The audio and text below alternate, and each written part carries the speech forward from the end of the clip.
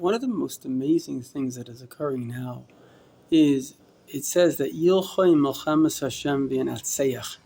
When it speaks about Moshiach, there's a sequence of events that the Rambam himself, the codifier of Jewish law, so it's the essential sequence of events. So we know that Moshiach basically is a great man like King David, studious in the Torah, and he builds up Judaism.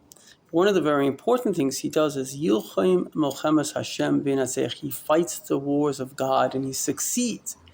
And then comes the next phrase, Yivne Beis HaMikdash b'Mekomo. He will build the Beis HaMikdash in its place. And finally, Yikabes Nidchei Yisrael. He will gather the Jewish people. So it's very interesting because when Russia basically transformed itself and voluntarily gave up the satellite countries it had invaded and had occupied for some 70 years, or actually from about 1945 to 1990, so not necessarily 70 years. What is that? That's about 55 years.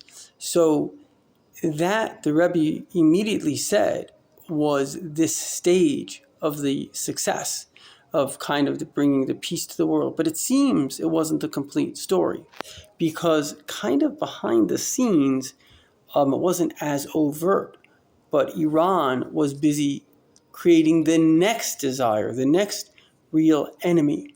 So when we think about the world in terms of the stages of the fighting the wars of God, which is the creation of a time in which the savagery, the savage enemies of God wish basically will be destroyed.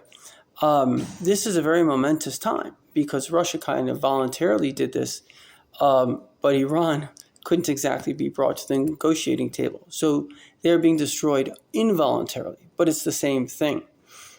And what we're seeing now with kind of some of the Arab countries turning to the Jewish people, wanting peace because they realize that they're their own problem, we're not their problem, is literally this end of Amalek. It's the end of the major anti-Semitism, if you want to call it state-sponsored anti-Semitism, is ending. And this is going to lead to the next stage, which is the building of the Beit HaMikdash by Moshiach.